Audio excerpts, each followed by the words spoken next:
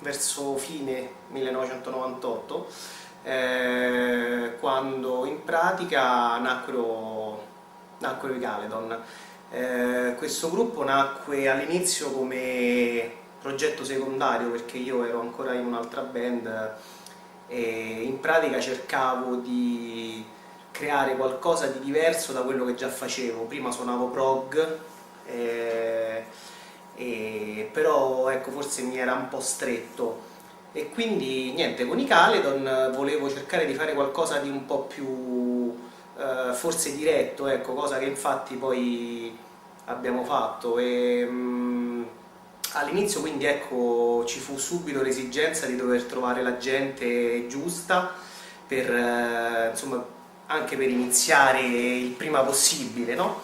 E ricordo che chiamai subito Paolo Lezziroli. Io ho cominciato a suonare con loro, diciamo che sono stato uno degli artefici di questa, diciamo, bellissima e intraprendente storia nel lontano 1998, quando Alex mi ha contattato dicendomi che era stato mandato via dai River of Change, la sua precedente band, e mi disse: guarda, io voglio creare qualcosa di bello, vuoi essere tra quelli che potrebbero insomma diventare i Caledon? E io ho accettato di buon grado questa cosa, anche perché era la mia prima vera esperienza e come tale non volevo lasciarmela scappare a nessun costo. La storia con i Caledon a inizio, diciamo, dobbiamo fare un passo indietro, perché praticamente quando andavo a scuola ancora io avevo un amico che si chiamava Alessandro Masetti e lui era un grande metallaro chitarrista, e insieme a lui, diciamo, avevamo deciso di cominciare a suonare a casa qualche cover principalmente, e anche di mettere giù qualche pezzo nostro. Alessandro mi disse che aveva un suo caro amico che era bassista e che quindi ci poteva tornare utile per un eventuale gruppo, e questo bassista era appunto Paolo. E da lì siamo partiti con varie prove, conoscendo altra gente, siamo entrati in sintonia, soprattutto io, Alex e Tommy, perché io già suonavo insieme a Tommy in un gruppo con il quale facevamo, tra virgolette, un trash abbastanza diciamo cattivello, però senza alcun fine, era così, giusto per divertirsi. Diciamo che noi tre siamo stati da sempre fissi nella band, quindi noi tre insieme decidemmo subito che quindi dovevamo completare questa line-up, e ricordo che leggemmo un annuncio di un certo Daniele Staccini, batterista. Insomma, lo chiamammo e lui accettò subito. Ci incontrammo con lui per strada davanti a un caffè, gli spiegammo un po' qual era la situazione, quello che cercavamo, e lui ci disse che era disponibile, che comunque il power metal era il suo genere. Lui, i suoi gruppi preferiti erano gli Stratovarius, i Gamma Ray, i Savage, quindi diciamo era quello che cercavamo. Ci incontrammo a questo punto in sala prove e sentimmo com'era Daniele, quindi Daniele era bravo, e per quello che cercavamo in quel momento ci andava bene. E noi quattro quindi decidemmo che potevamo andare avanti, andavamo insomma bene, e quindi chiaramente mancava la voce. Sulla voce ci furono diversi insomma guai, nel senso che prima di averne uno stabile passò del tempo. Infatti ricordo che ci fu un certo Alessandro Penta per pochi mesi, poi ci fu addirittura una donna, Roberta Della Casa, che suonò con noi anche lei per pochi mesi. Facemmo quasi subito, a gennaio del 1999 ci iscrivemmo a Emergenza Rock, che era praticamente un festival dove i gruppi emergenti si esibivano davanti alla gente, e poi a votazione chi prendeva più voti andava avanti. così doveva essere, ovviamente era che chi vendeva più biglietti andava avanti perché ovviamente portava più soldi all'organizzazione. E comunque ci iscrivemmo, facemmo il primo concerto, era il 24 gennaio 1999 e Penta, purtroppo Alessandro, ci diede buca veramente all'ultimo minuto, perché comunque Alessandro era credo 10 anni più grande di noi, quindi lui lavorava già, mi ricordo che lavorava come cameraman per Canale 5 e quindi all'ultimo momento venne fuori un lavoro per lui che ovviamente non poteva dire no, e quindi ci presentammo sul palco senza cantante, facemmo un concerto strumentale.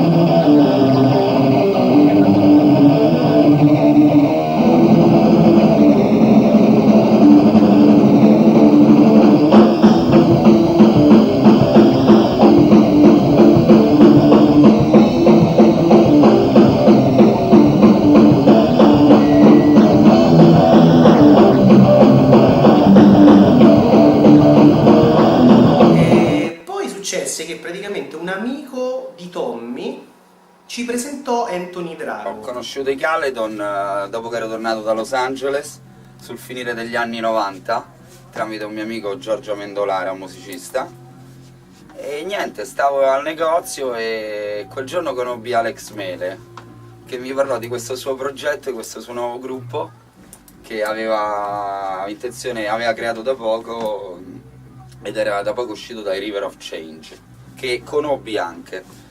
E Alex mi coinvolse nel progetto, io lo presi a cuore anche perché appunto ero tornato da Los Angeles e stavo in un periodo di stasi, quindi devo ai Caledon se ho riniziato a suonare e ho continuato con successo. E quindi abbiamo fatto un primo periodo molto buono. Abbiamo cambiato subito il batterista perché purtroppo aveva dei problemi di timing, per chiamare Dario Sacco, un buon batterista della capitale. E io e Anthony ci siamo conosciuti al concerto dei Gamma Ray e mi disse che cantava con un gruppo e avevano bisogno di un batterista. Io allora gli dissi che suonavo già in altri gruppi, avevo il gruppo mio, i Cheope, però lui ha detto non c'è problema, prova magari a riuscire a fare entrambe le cose, quindi ci siamo conosciuti. Con lui abbiamo cominciato a fare le prove in maniera più seria, molto più convinti, siamo arrivati a suonare, ecco, di spalla a Ronnie James Dio il 16 giugno del 2000 e insomma è stata una gran bella data quella qui a Roma, perché al di là della situazione molto interessante, ma c'era una grande risposta da parte del pubblico e ancora oggi mi viene un po' la pelle d'oca a pensarci, perché è stato un gran bel concerto.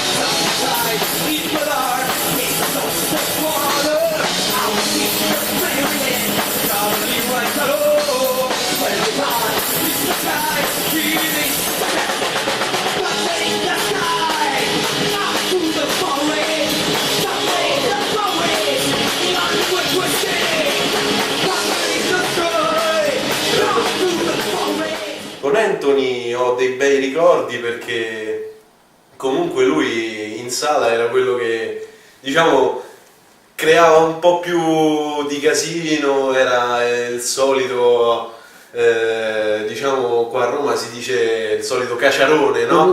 Dopo quel concerto io ho registrato con loro l'ultimo demo. Grazie Yes, composto da altri tre brani credo, che facemmo girare. E solo che dopo questo demo iniziarono diversi problemi, nel senso che Dario Sacco decise di andarsene perché tecnicamente non era mai entrato in pianta stabile nel gruppo, perché diciamo lui già suonava con i Cheope e evidentemente non si trovava a suo agio e forse voleva dedicarsi di più ai Cheope, però sta di fatto che se ne andò. E noi chiamammo un'altra vecchia conoscenza, l'attuale batterista della band, cioè David Folchitto. Arriva un messaggio, era un giorno d'estate, ero in giro con i miei amici a Via del Corso a Roma, mi arriva questo messaggio da Alex: ci serve un batterista, ti piacerebbe far parte dei Caledon? E le solite, io ho sempre chiamate promesse, no? Lì sulla carta, c'è un video, un disco, un tour, eccetera, eccetera, eccetera. Io lì ho preso un po' la cosa, diciamo alla leggera, ho detto, va bene, perché no? In fondo un po' di power metal, all'epoca avevo solamente un gruppo, diciamo che il tempo non E mancava. così fu, perché praticamente facemmo girare molto questo demo per cercare quello che era il primo contratto della band, e qui altri problemi. Molte etichette risposero io l'ho sempre chiamato il boss, però è il king, Alex Mele. Molte etichette hanno risposto dicendo che la mia voce era troppo rock, troppo Paul Di'Anno, troppo David Lee Roth, e giustamente cercavano un cantante più alla Kiss che più power metal. Quindi da lì c'è stato, diciamo, la mia defezione dai Caledon. Defezione un po' tribunata, nel quanto abbiamo anche un po' litigato come tutte le buone rock band. Io ci rimasi un po' male perché credevo molto nel progetto, però i Caledon hanno fatto una grande carriera con questo cantante e io sono stato veramente molto felice. Dopo diciamo la storia Anthony, passiamo direttamente a parlare di quello che è stato per 7 anni il nostro Nel cantante. frattempo i River of Change, che era il vecchio gruppo di Alex dove cantava Claudio Conti, avevano, diciamo, mandato via anche Claudio Conti dal gruppo, o meglio se ne era allontanato lui. Quindi, visto che noi Claudio era una voce che ci aveva sempre interessato, decidemmo di contattarlo e Claudio ovviamente ci disse subito di sì. E fui molto contento, mi fece sentire il demo, fui molto contento, la musica mi piaceva parecchio e entrai subito a far parte del gruppo. In pratica con questa nuova line-up, che poi è stata quella più lunga della storia della band, modificammo il vecchio demo, cioè cancellammo la voce di Anthony e mettemmo quella di Claudio Conti, e questo demo praticamente ci procurò il primo contratto discografico con la Northwind Records. Perché questo contratto? La Northwind cercava una band, cioè varie band, per un tributo ai Manowar. Quindi noi, subito dopo è entrato Claudio, cercammo anche un tastierista fisso. Facevamo la stessa identica cosa del batterista, annunci su riviste specializzate, annunci sulle bacheche dei negozi, e ci contattò appunto Daniele. Ero in cerca di una band che aveva più o meno le caratteristiche dei Caledon, quindi che faceva power metal, e risposi a un annuncio appunto che trovai in un negozio che vendeva dischi, che appunto questo negozio sta a San Lorenzo a Roma, e andai con un amico mio per comprare semplicemente i dischi e iniziai a guardare gli annunci che erano presenti in bacheca e trovai questo annuncio messo da Alex, che appunto una band power metal chiamata Caledon cercava un tastierista, e all'epoca, diciamo, appunto cercavo questa band e quindi decisi di chiamare Alex per telefono.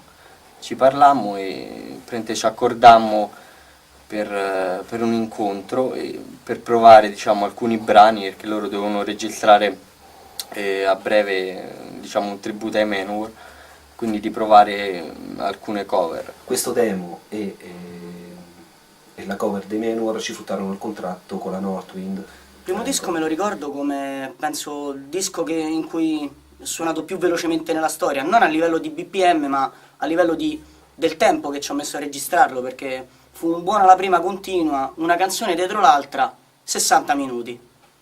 Non ho chiesto di entrare nel Guinness dei primati perché sicuramente qualcuno che ha fatto meglio c'è, però comunque ha dato tempo poi a Christian di lavorare sugli altri elementi, magari sul mastering, sul missaggio, anche se devo dire che il primo disco suona un po', come dire, underground. E sì, come disco d'inizio diciamo fu abbastanza travagliato, nel senso che comunque non avevamo esperienza in studio, era un mondo nuovo, quindi insomma quel disco subì un po' tutto questo. Ricordo benissimo quando ci trovammo in studio di registrazione per fare appunto Chapter 1, avevamo deciso di fare un intro molto particolare, sinfonico, in latino, molto bello, in cui scrissi la partitura per tutti, diciamo, gli elementi del quartetto, e registrammo appunto il brano, che non sembrava essere uscito affatto male. Invece ci ritrovammo qualche settimana dopo in studio e ci accorgemmo che le parti vocali erano state cantate in maniera poco corretta e l'impatto del brano in generale era un po' spompato. E quindi mi contattò diciamo il giorno dopo sia Ale che Claudio, chiedendomi di comporre in brevissimo tempo, praticamente 1 o 2 giorni, una nuova traccia per fare da apertura al disco, e così appunto nacque The Calling.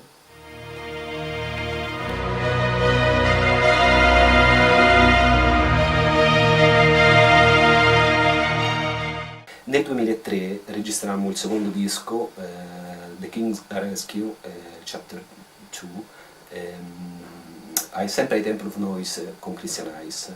La produzione migliorò notevolmente, come migliorammo notevolmente anche noi, sia in sede di registrazione sia per quanto riguarda la composizione, però quel disco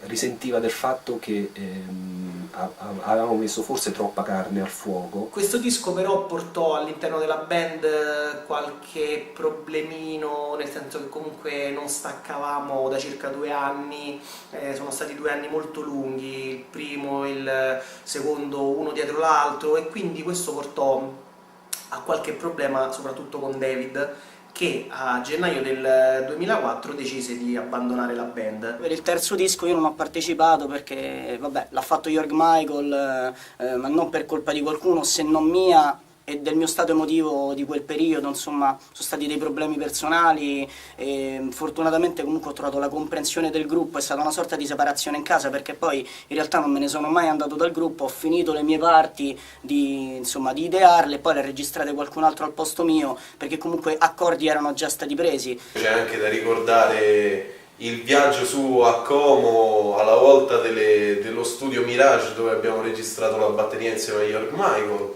e anche lì è stata una gran bella esperienza, soprattutto per me, perché come bassista, ecco, insomma, suonare delle canzoni registrate da Jörg Michael, insomma, è una gran bella storia. Can you make it tac tac tac tac?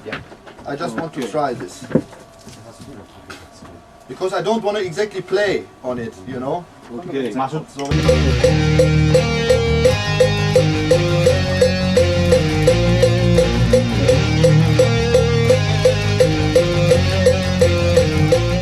Decidemmo di fare un video, appunto New Kingdom, affittammo un castello, un antico castello del Lazio, e scelsi di vestirmi di bianco per fare un cambiamento comunque dal solito nero consono al metal.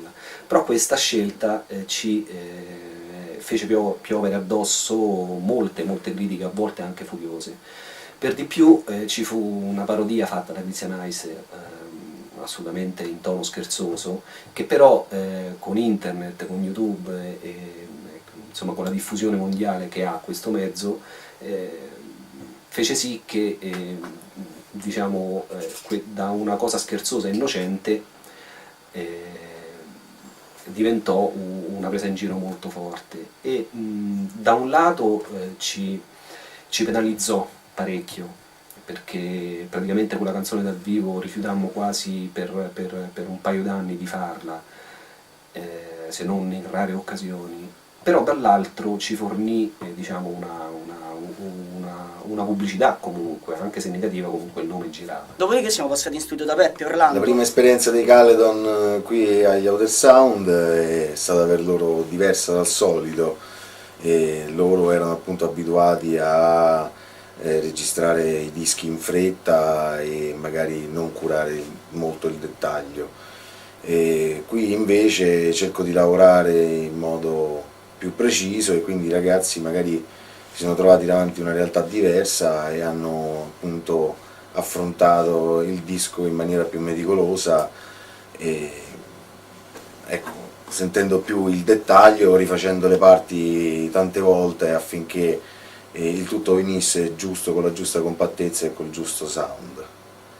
E niente, questa cosa secondo me a loro è servito molto, perché sono cresciuti molto a livello compositivo. E poi è successo che loro, volendo cambiare il loro accompagnatore, il loro manager, mi hanno contattato, ci siamo visti, abbiamo visto un po' le cose che si potevano fare, c'era molte cose positive, si poteva migliorare in tutti i livelli, e quindi abbiamo iniziato questa avventura. Il terzo disco noi comunque continuammo a voler registrare sempre agli Outer Sound Studios di Beppe, perché comunque ci trovavamo molto bene, e quindi il quarto disco, Twilight of the Gods, lo registrammo sempre lì.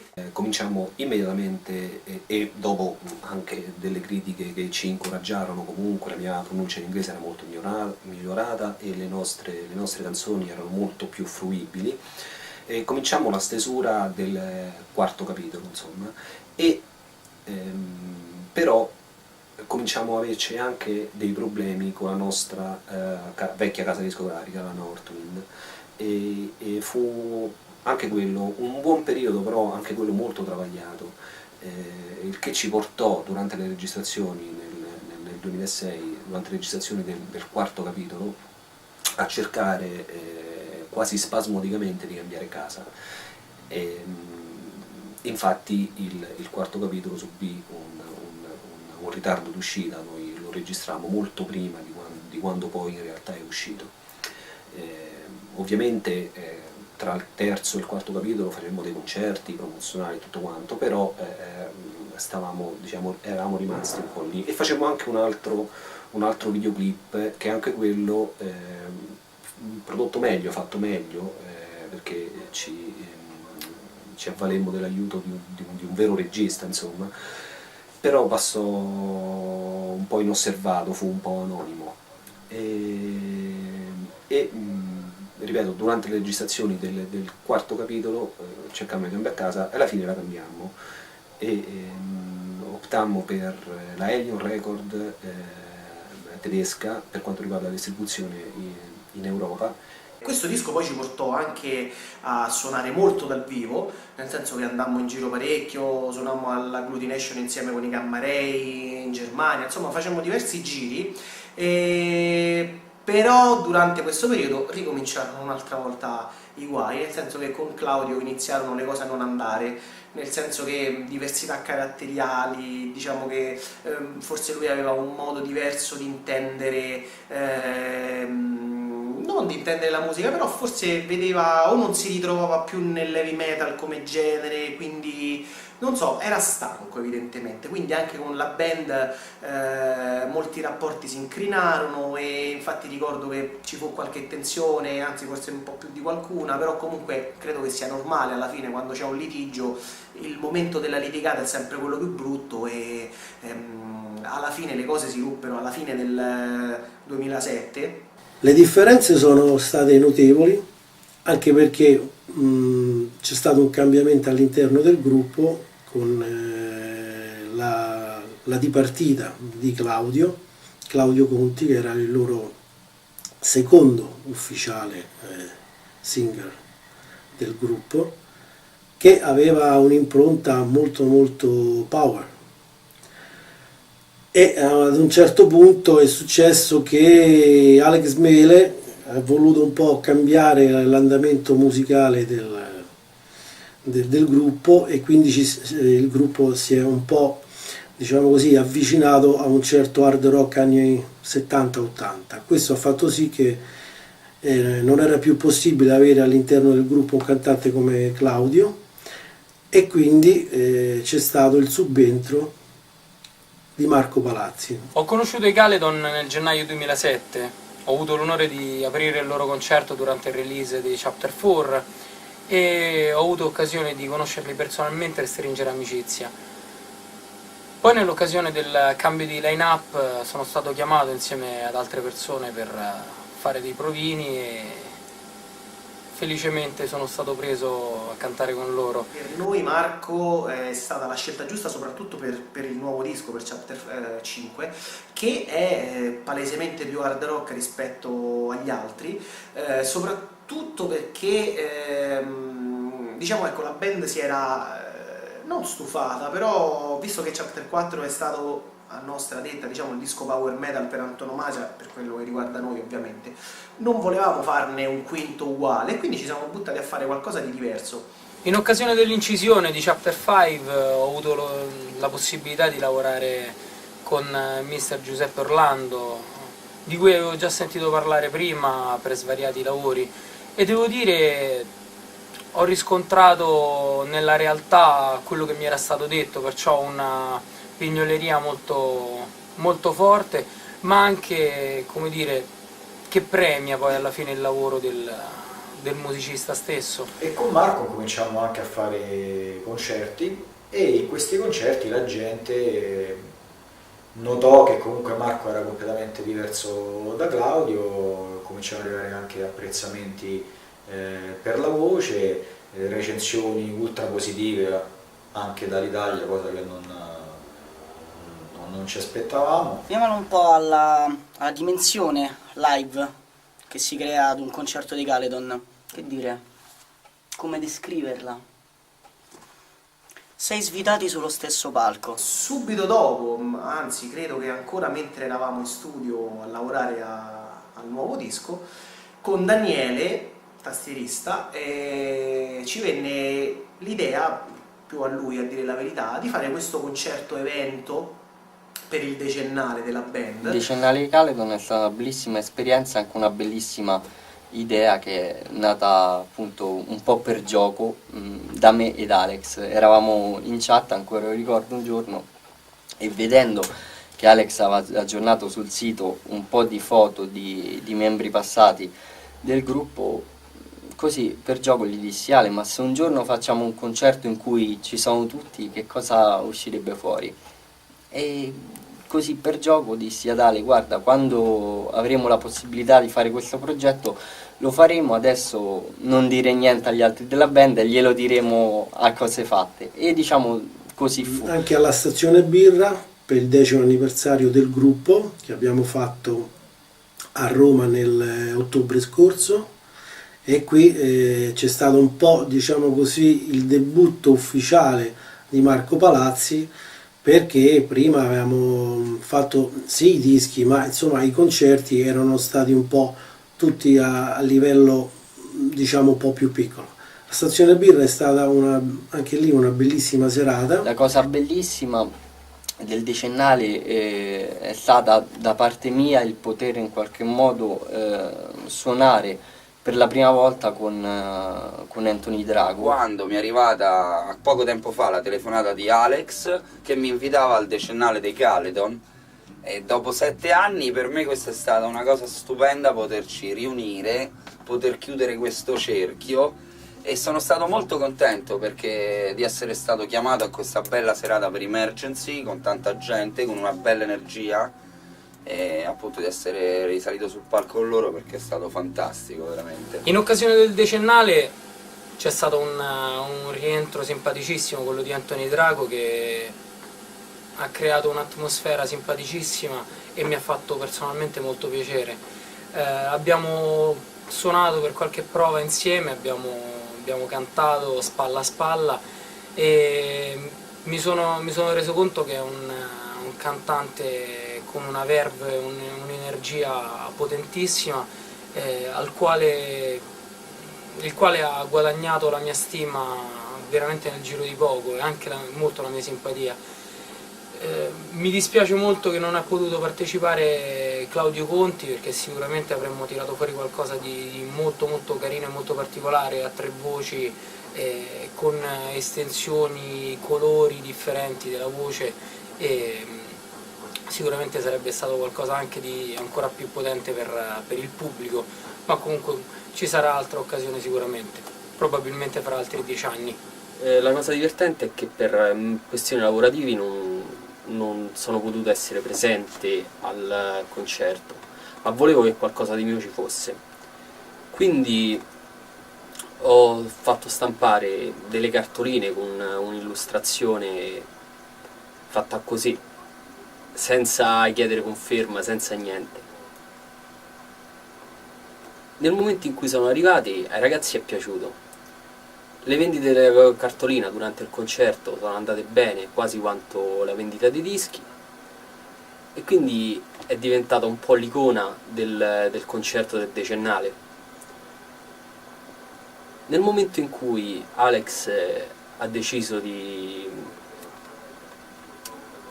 fare il DVD di questo concerto che era stato ripreso, abbiamo lavorato al loro primo DVD live, registrato in occasione del loro decennale, e io li ho seguiti anche in sede live dietro il mixer. Ho preso cura della registrazione, l'abbiamo mixata qui in studio, l'abbiamo mixata in live qui in studio, e devo dire con ottimi risultati, perché è stata una splendida performance e le riprese sono venute tecnicamente ineccepibili, e quindi siamo stati contenti di realizzare questo live che, tra parentesi, ecco, non capita tutti i giorni di mixare dei live, quindi devo dire che anche dal punto di vista lavorativo è stato molto divertente.